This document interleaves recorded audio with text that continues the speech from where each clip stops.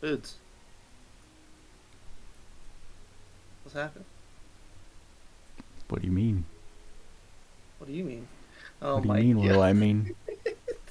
Couldn't be a patient man, Tweaks? Oh Could my just goodness wait 10 gracious. seconds? My gosh. Should I do it? Oh, I love it. Oh, really fun. YouTube, what's going on? It's your boy Buddha back in the building for another Power Creep podcast. I'm with my co-host. You know him, you love him. His name is Tweaks. What's up, fellas? And you can see the dual screen. We have brought it back, and behind me, a very promiscuous eye, I would say, because a new unit was introduced to the game this week. Diddy. Didi. How do they say it It's in game? Didi. I was just trying to Didi. trigger some people. Diddy? Yeah, I was Oh. just trying to trigger some people. Did it work? We'll see in the chat. The time will tell. Definitely All right. got something weird going on here with an, I don't know. We're live. You see us on the screen? I see you. You see me? Perm Okay. unit, huh? Everyone loves a perm unit. Perm unit. Unexpected. I was not expecting a perm unit, Tweaks. Really? Yeah, you can never tell with their story characters anymore, honestly. Yeah. Very, yeah. very confusing. They kind of flipped the script. I would say, well, they did it with Merity, right? Because in prior updates, permanent units were consistently dead units. They were not alive within the current Merity, story. Murrin. Yes. Merity flipped the script on us. Then we had Murrin, and now we have Didi. So I think many people are happy with her artwork. Yeah, I think that's probably one of her main draws is her artwork.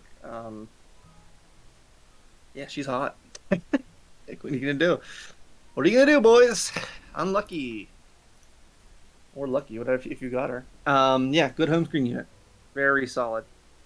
But she's a perm unit, so if you guys pull for her, because she's your waifu, because you want it on your home screen, fair. If you pulled for her because you wanted a new broken meta unit, that's probably not the best go-to for this one. She is definitely not OP as heck. I think she's very niche, and I'm getting a little bit ahead of myself, but just to summarize her in general, she does things uniquely. Does it really affect the overall gameplay of the game? Not really, but as a permanent Terramouth enabler who does a very good job at it, I think that's where she stands. If you have the other limited options and you have other units that can apply ailments pretty easily, then she's going to seem like a side grade of that, really. But yeah, so why don't we get into her? She's obviously a very interesting unit. We've had her for a couple days now. We didn't have the podcast last night, but I have been playing with her. I played her especially a good bit yesterday. Not as much today, but a good bit yesterday. Her damage caps, I think that's one of the main things that people will notice at first, is that she is not going to have the highest damage out of a lot of units. Her damage caps are just, even with her full conditionals, they're just pretty lackluster. So is she going to be a awesome DPS? Not really. In my opinion, she's there for a status application, and mostly poison to enable enemies or to enable your teammates and to do more damage, and to do that at a very effective way, right? I think for most of you who do know what she brings to the table, she has a battle start poison resistance cut, as well as on her S2 right here, she's a poison resistance cut that does stack with a null health. So she is the only unit in the game that can bring that poison res down 2 notches. So if the boss is +3 res to, like, +3, which is above nil technically, and a null mouth wouldn't bring it below, she now has the ability to bring that below and apply poison. The issue with that is that poison's kind of ass, unfortunately. Like, it's really just, at this point in the game, it's not an effective ailment. to debilitate enemies at all. I mean, the rest of the other 5 basic ailments are pretty effective, being blind, silence, curse, stun, illness. Poison is just kind of there doing damage over time, which is capped out at 6 seconds with 999 damage. You think about poison in PvE in the millions upon millions of damage that you need to do to a boss. This is going to be nothing. Not only that, in arena, the poisons, yes, sure, again, it can enable your team, but is it going to do a lot of damage by itself? No. The enabling is what's important. But going through her skills, though, real quick, Noxious Eclipse, it's 7 hits, 14 dual wield. It's 6 hits, 12 dual wield. I think it's 7 and 14, if I remember correctly. It's not a huge chance to give enemy poison, honestly. It's not an effective way to apply poison to enemies if they're weak, even. Venomous Centipede, which is a 13 hitter, 26 dual wield, instantly close the gap for mid range. So she actually has to be within range, within relatively good range. She can't be across the map and use this.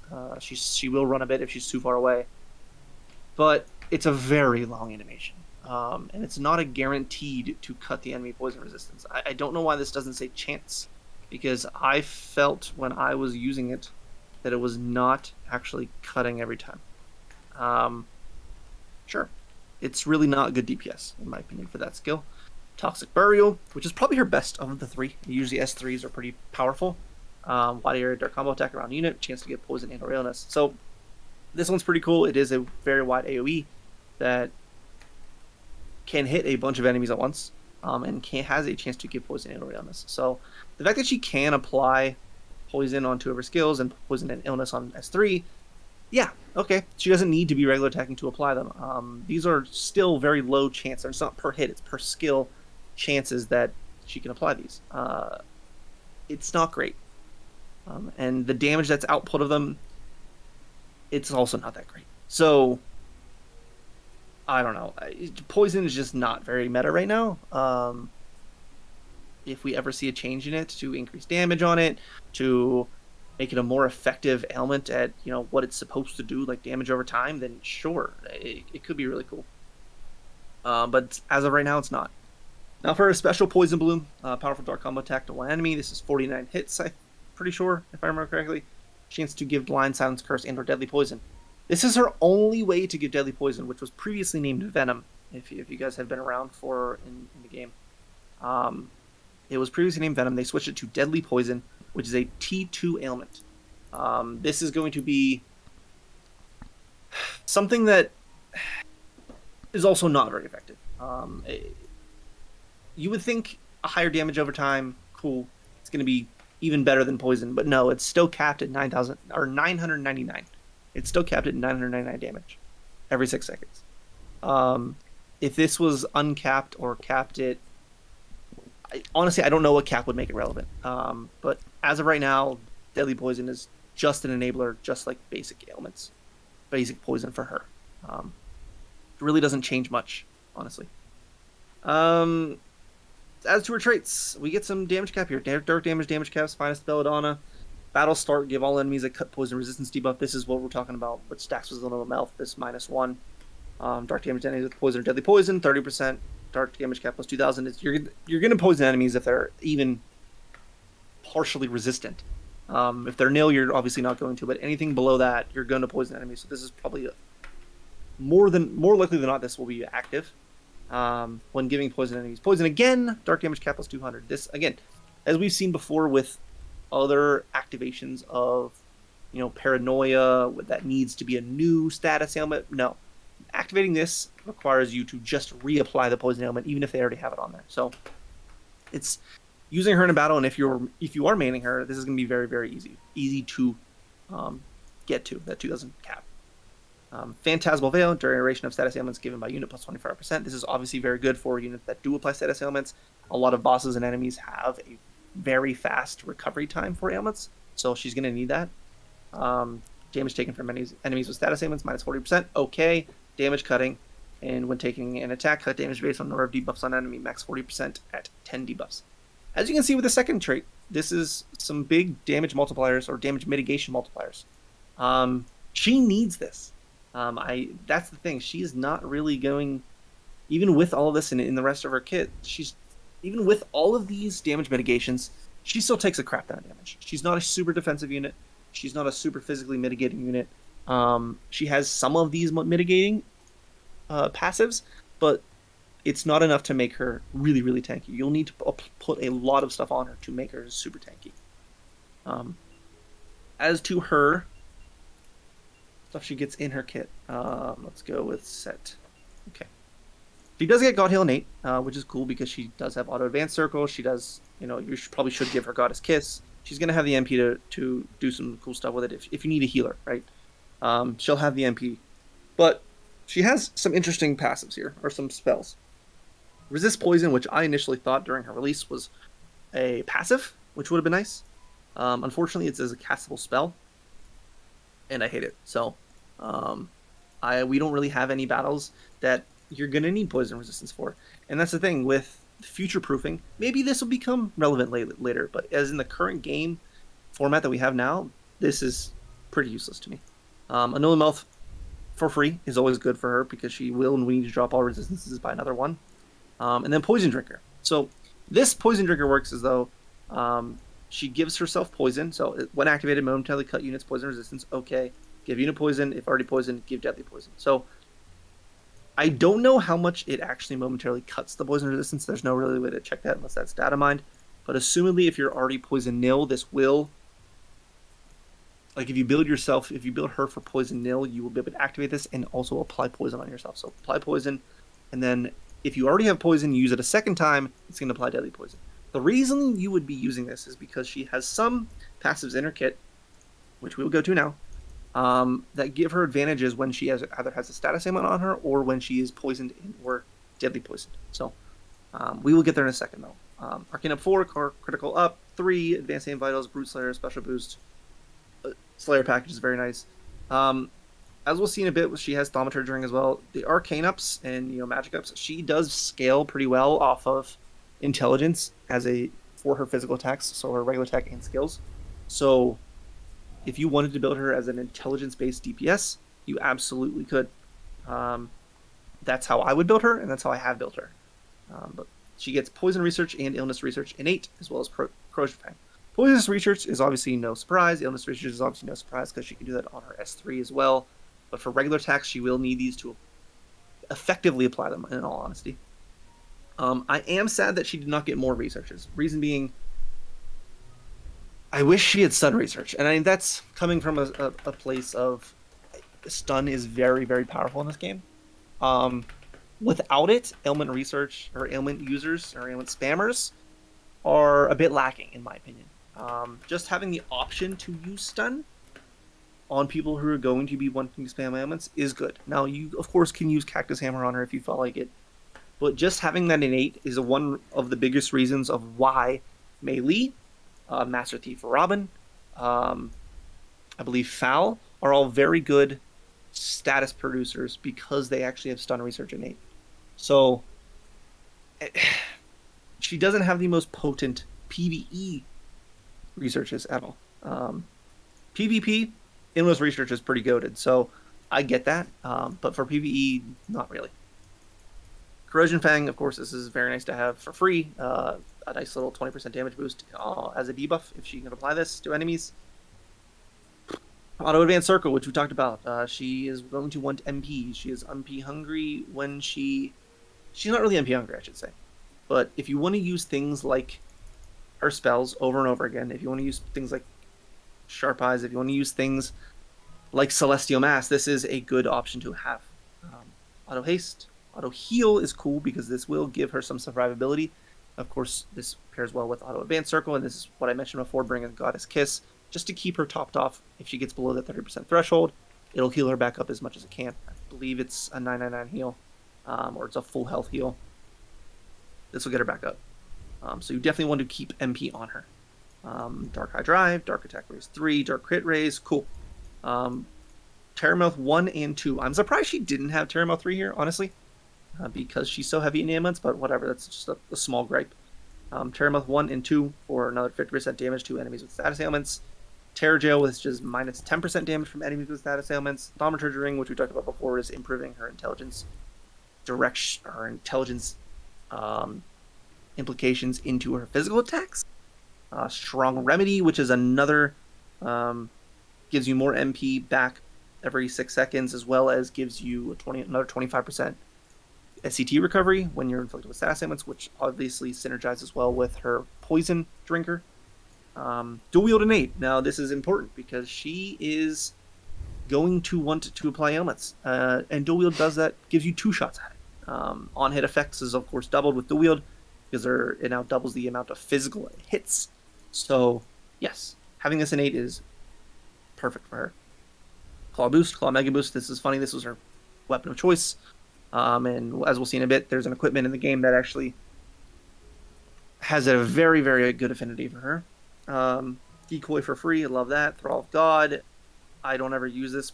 I don't ever purposefully use this, but I get it. When only one other ally is God type, strength, defense, intelligence, mind plus 10%.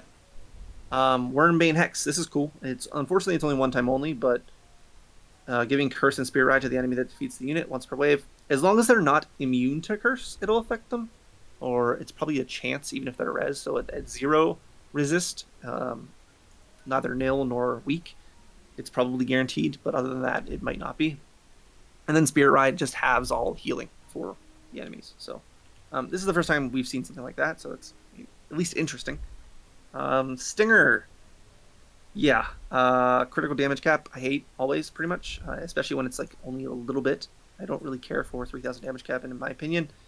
But the chance for skill attacks to enemies with poison and deadly poison to insta-kill, I mean, this could be useful in things like Tower, in things like, just any non-boss wave that you're going to try and kill stuff. Insta-kill is very useful in God mode stages and all that jazz. So, it's not completely useless, it's just, I don't see much use for it unless you're thinking like Maze or Tower. Wicked Toxification, when unit is poisoned, physical attack damage, and then when unit is deadly poison, physical attack damage. So, the thing about poison, deadly poison, is they are 2 separate ailment. They can both be on the unit at the same time. So she can have those both active, and those are going to give her physical attack boost and damage cap. Cool. If you want to do poison drinker and give her both of those, you absolutely can do that. Debilitating poison. Now this is actually probably the most interesting thing in her kit. Reason being is it is a debuff. See the image right there? It is a debuff. Gives poison, deadly poison, or when giving poison, deadly poison illness, chance to give debilitating poison debuff. This seems like a very high chance. I don't know the chance of it, we'll have data mine that, but it is a very high chance of it activating when you apply or reapply poison or deadly poison or illness. So I have seen it proc many times, and as long as you keep it up, the enemy has damage dealt minus 20%, but they also take dark magic damage. So it does boost, which is hilarious because I think it's every 30 seconds it boosts another certain amount. Boosts another certain amount of damage boost and damage cap. Just giving you an example, and I don't really want to make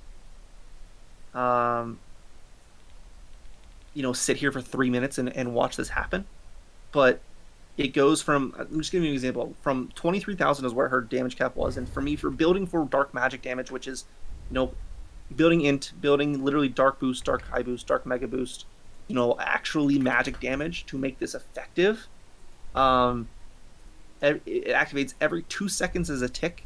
It was 20,000, 23,000 I started out as, and 30 seconds later it's 33,000, then 30 seconds later it's 53,000, and then 83, and it was all the way up to 123,000 per tick. But that took 2.5 minutes to do. And it's every 2 seconds. When I say this is the best poison this is the best damage over time we possibly could get. That's not an ailment, so not poison or deadly poison. And that's talking PVE, right? PVE, I was just bullshitting with the Kraken boss. Put this on him, kept it on him for 2+, 3+ minutes. This is not effective damage. It's just funny to me with. So the most important part of that is that it nullifies the enemy's damage by minus 20%. It mitigates that. And I think that's really cool. Now, the unfortunate aspect of this does go away immediately if any of those poison, deadly poison, or illness is healed.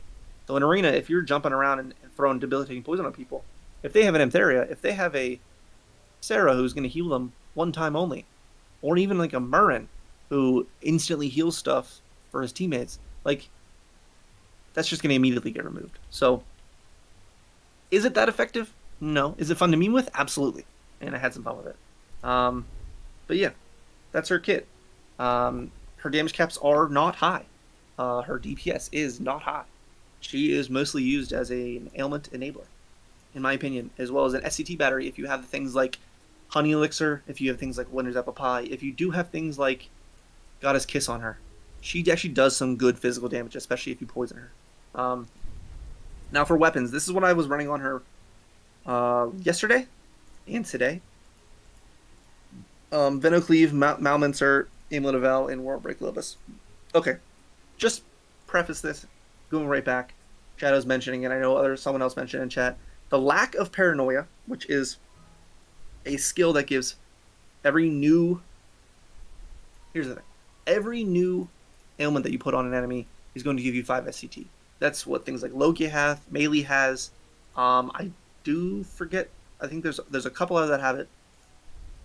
V does have it.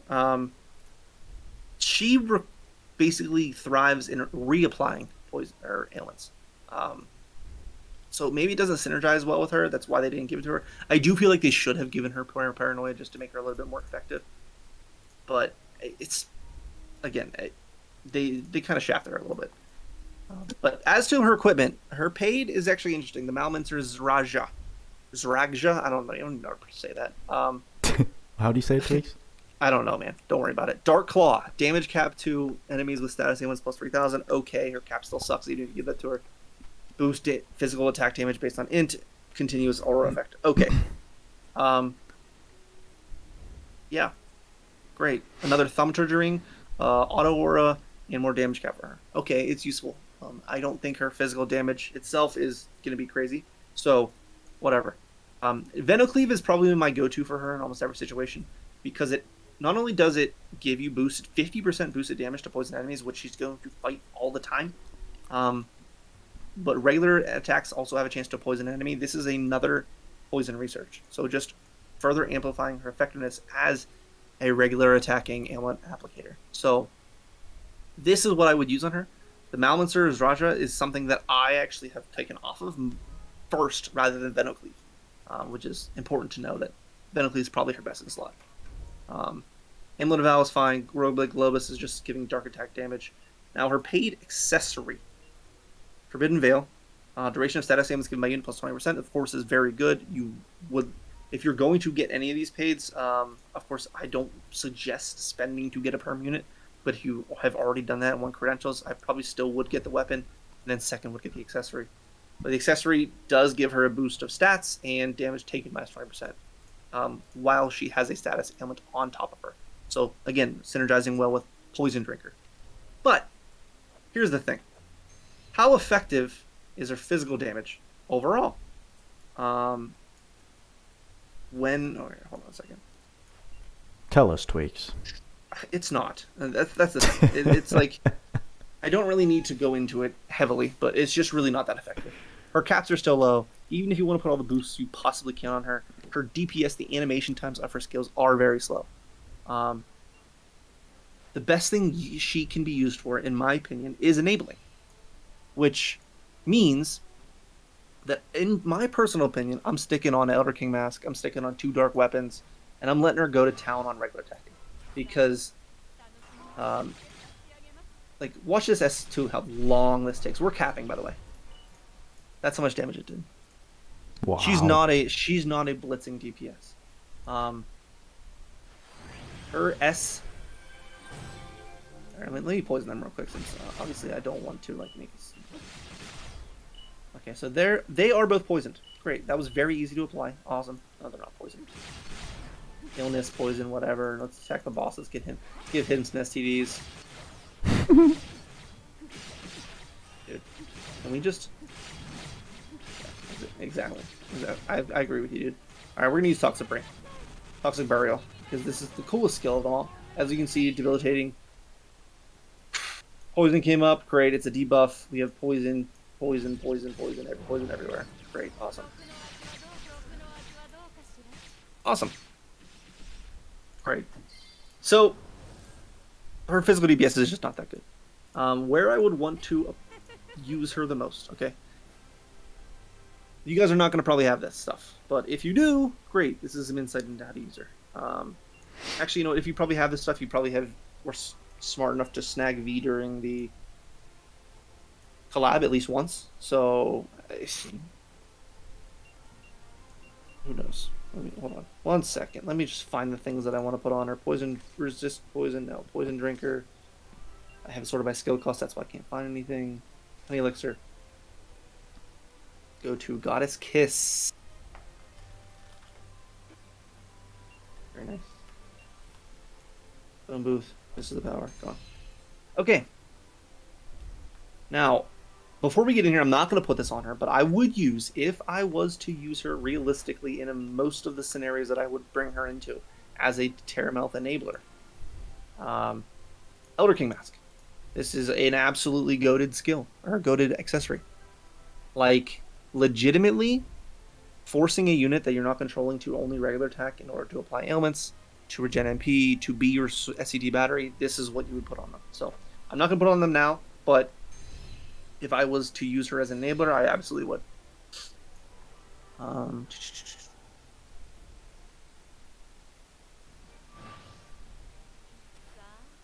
So, here's the thing. We're going to use a Nullamelth and drop all their res.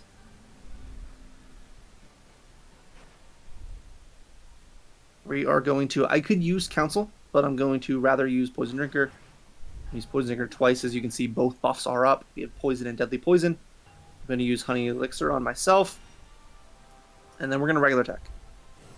And these Goddess Kiss procs are cracked because, you know, 2 of the enemies are minus 50 res to dark. The boss is 50 res to dark. As you can see, I'm just getting mad MP doing this thing.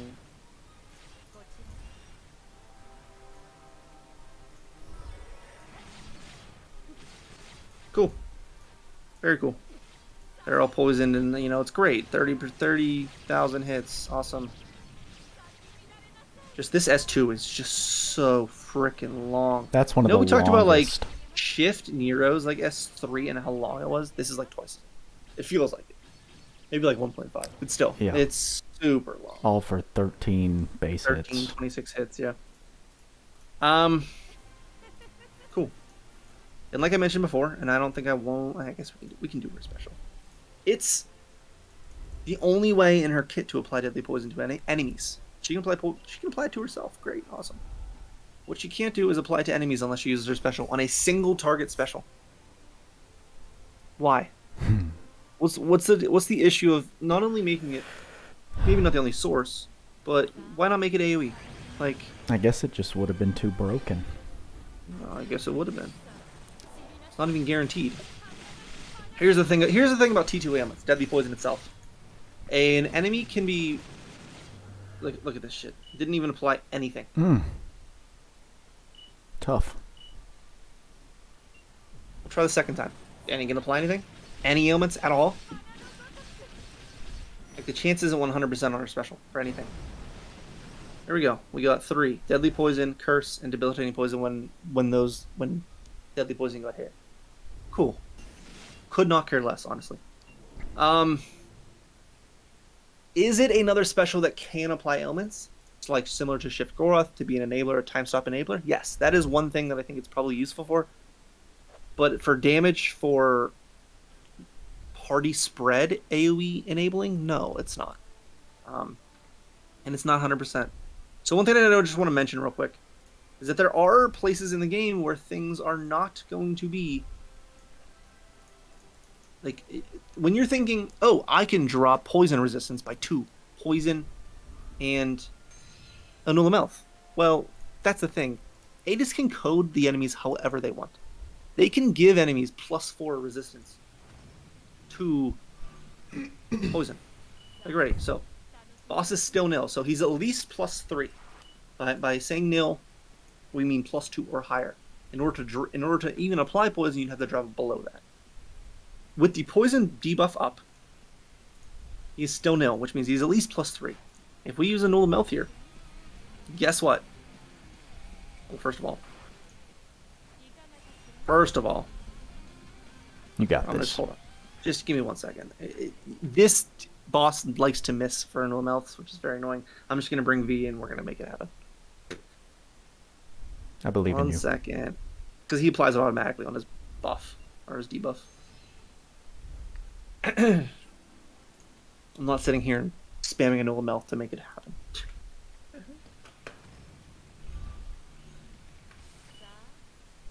Guess what? Still nil to poison. Even though he's... Okay. Didn't apply. Give me a second. Give me a second while we apply this. Okay.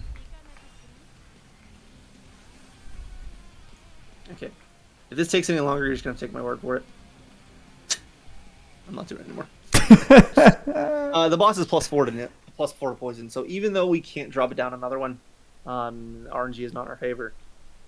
You cannot poison that boss. So like I said, there are ways that they can get around us applying poison to anything. Now, deadly poison is a T2 ailment, a tier 2 ailment, also called venom from the past, and we can't see the resistances of enemies. Like I've seen in the past, and people who can apply rage, like Gobble. Rage is like a pseudo silence kind of. And in the face of not being able to silence things, you could just rage them. Unfortunately, we can't see those resists, and the boss, they can program any boss to have whatever resist they want. So rage doesn't work against rot, doesn't work against some bosses. Like, they can do whatever they want. So in the niche scenario that she is going to be very useful in a place where no other ailments can possibly be applied, and she can put on poison and enable your damage. In my opinion, you're probably better off using almost anyone else to do a similar job, or just avoid that strategy. And I don't know. Poison is just not a good ailment at this point. Yeah, it's just not good. So she, unfortunately, falls to the wayside of the fact being not very powerful because she doesn't have a lot of actually debilitating things. Like, no one's slowed down, no one's doing a ton. Yes, her debilitating poison is pretty good. Her actually applying poison is very good. Illness is very good. Put some more researchers on her. Give her Goddess Kiss. Let her be your SCT battery or a God Healer if you don't have any of that stuff. Like, you can make her effective in her role, but as to the overall effectiveness of units in the game, like, she's not going to get a high score on the tier list. Like, she's not going to be super powerful. And to speak to the mid-damage mitigation, I think I mentioned before, it's just not there. Like, if I don't have... And I was running her against Kraken yesterday, I believe, and I was bringing her to enable for, like, units like Vayne, Roland, just trying her out with, like, Thouser, having some fun with it. She just couldn't do it without, adding things like Celestial Mass and Emtheria and some defense. Like, I don't know, man. She just is not impressing me at the moment. Maybe we'll find something soon in the future, if people figure out some stuff with her that are actually powerfully unique. Like, the stuff that she has is unique, yes. It's just not that it's powerful, I guess I should say, at this moment in the game. If we have in the future of where this stuff becomes powerful, then yes, it's going to be a completely different situation. But applying the game knowledge with her in right now is telling me that she's not high tier. So she's a perm unit. You should be skipping her anyways. If you were even close to being free to play, or even like a dolphin, don't even go after her. But yeah, that's pretty much all I got for her.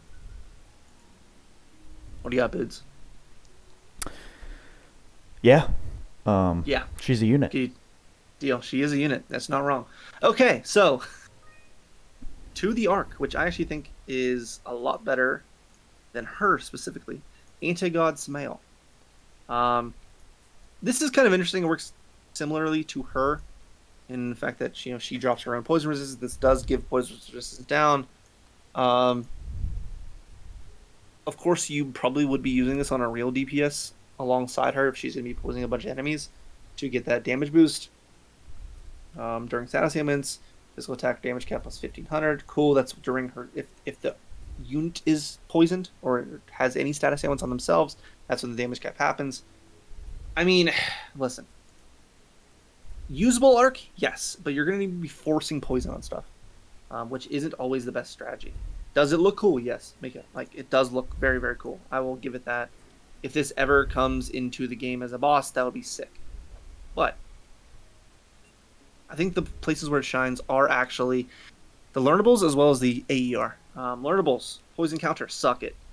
Terrible skill. I hate counter right now. If counter ever becomes viable, maybe. Okay. But poison power for 4 SC, for physical attack damage plus 30% to poison enemies, is kind of cracked, in my opinion.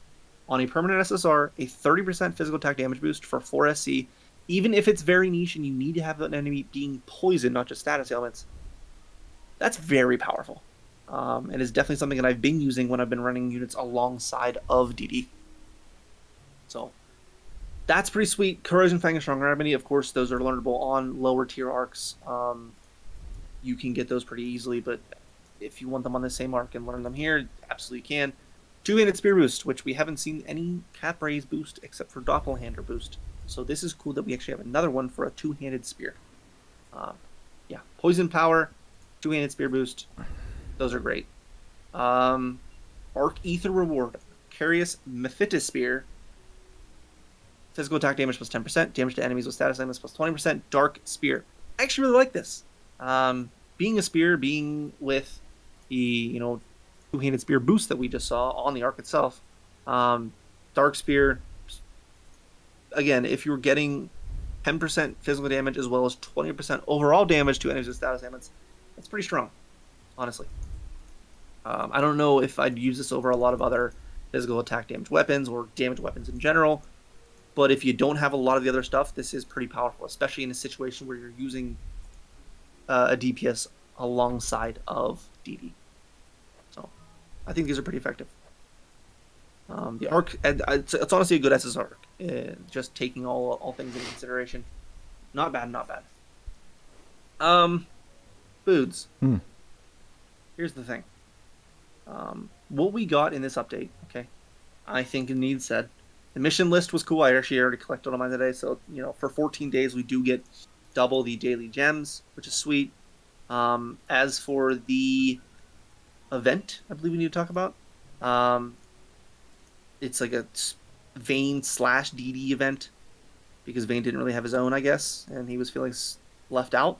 So bonus challenges, do the stages, of course, and then in the trading space, there's some stuff to grab. So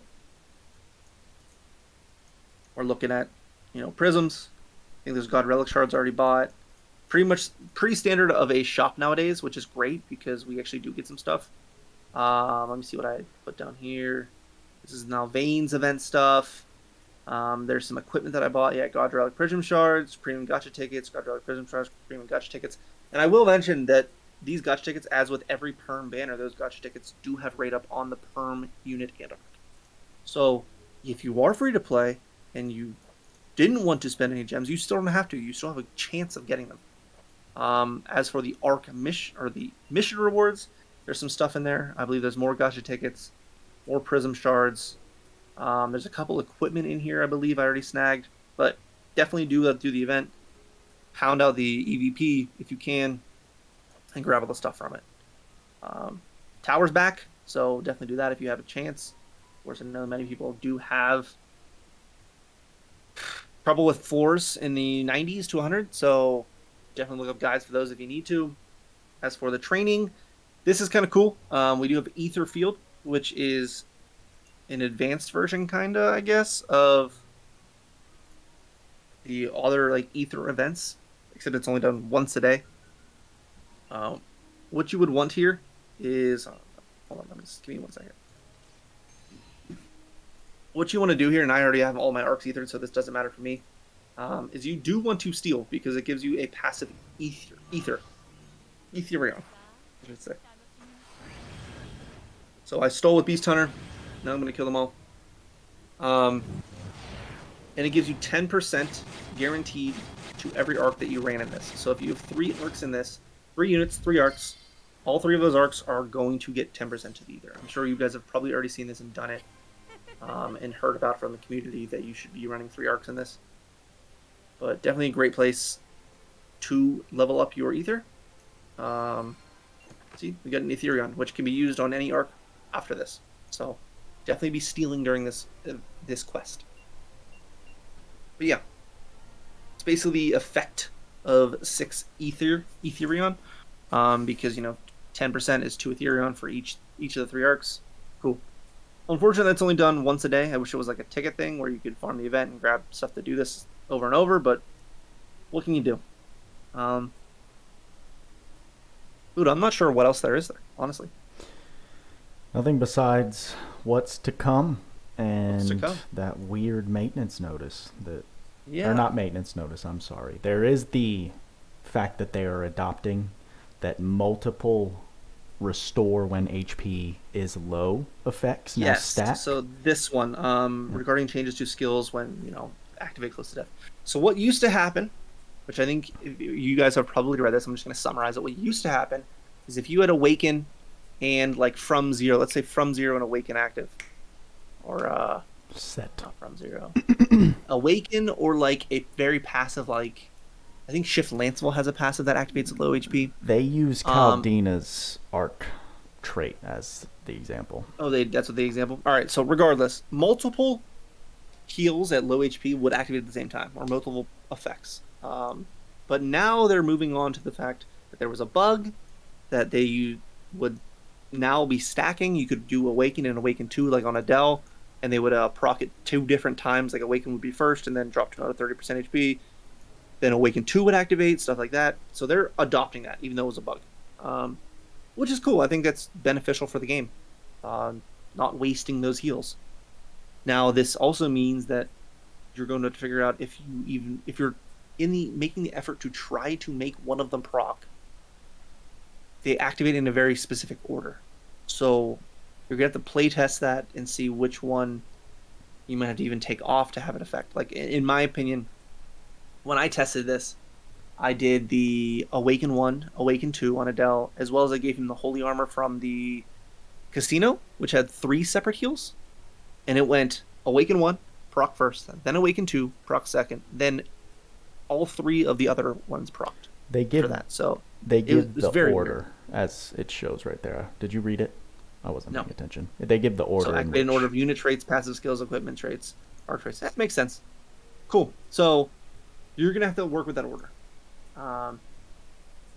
Yeah. Sure. Great. Awesome. Whatever. But yeah, weird maintenance notice, right? So 4 days after the maintenance, I think this is to I think this is to fix some stuff in game.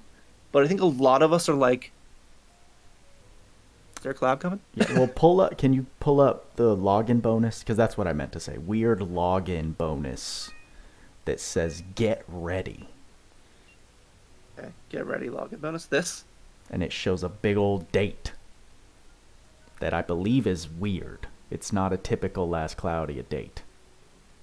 No, it's not. It's not. Very right. not. Yeah. So November 15th, this is directly a month after the anniversary. Yeah, this screams collab to me, honestly. It has to, because I don't think it's a JP holiday. No. No. Whenever it's like a very weird schedule, and honestly, no holiday, very weird schedule, screams collab. So this might be a collab announcement. I don't think the collab is coming anytime soon. I think the earliest it would come would be in 2 weeks, or at this point 12 days. So I don't know what that's for. It's very strange. Maybe it's a Summoner's War Chronicles collab. Maybe. It sure seems like it on your stream right now. What? Also, my guy's been sleeping and I have not been auto running. Oh, that's unfortunate. We're almost done with this, right? So we can get back to this game. Yeah, fair enough. Yeah, I don't see much else to talk about, honestly. DD is... So she's a perm unit, right? So she's a very good enabler for Terramel. She's actually a very good perm unit for enabling, for applying other ailments. If you want to give her Cactus Hammer and be your SCT battery, all that kind of stuff. If you don't have broken things like V, among others, she's very good for that. outside of her niece, she's like pretty useless in my opinion. There are many units that outshine her, but the fact that she's a permanent pull and maybe 2 years down the road when nobody can get a V anymore, nobody can get a Gen anymore, nobody can get a really good regular attacker ailment applicator, and she's still there, okay, then we're talking. But once you get to endgame, once you get a lot of different units that can do something very similar, you'd probably rather use them. Now, is she going to be useful? Sure. I think in Maze, I think she fills a niche. I think ailment application and enabling is very, very useful there. So she's also got a great rack. So what are you going to do? But yeah, that's pretty much it, guys. Honestly, I think that sounds good. I'm happy. Hopefully, you'll get a chance to talk a little more next podcast. I know I was super busy this podcast, just carrying it on my back. So, did you want to play Summoner's War Chronicles tonight? I think that's what we're gonna do. So, I'm almost about to awaken my homie. Good. Very good close. Very close. Good for you. Maybe I'll jump on stream after this and we'll hang out. All right. But yeah, fellas, if you guys want to come join the Buddha Gang Guild on Summoner's War Chronicles, we out here. We out here. We're out here, a little addicted. It's okay. East Katarina, if anyone had to ask. East Katarina. East Katarina, Don't think about the monetization. Just play it. Have fun.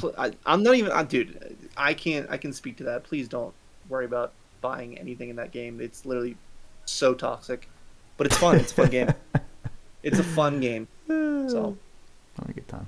Can we talk about Ramon, though? Ordon, I think you have probably envisioned it so many times yourself that we probably don't need to talk about it. Yeah, it was a hot topic during the info reveals. But anyway, I'm good if you're good. I'm good. I think that's all we got for you this time, guys. Thank you for tuning in for this very quick podcast. We can consider it the Tweaks Time Trial Speed Run podcast of the year. Pew, pew, pew. 45 minutes. Let's go. Ooh, congrats on that time, by the way, I should say. Thank you, sir. Thank you. Congrats to everyone who placed in the... I guess I can only see top 30, but some pretty good times out there. For sure. And with all that being said, y'all know what we say. Go follow me on Twitch. Follow Tweaks for a further Summoner's War Chronicles stream. And work hard, play harder. See you in the next one.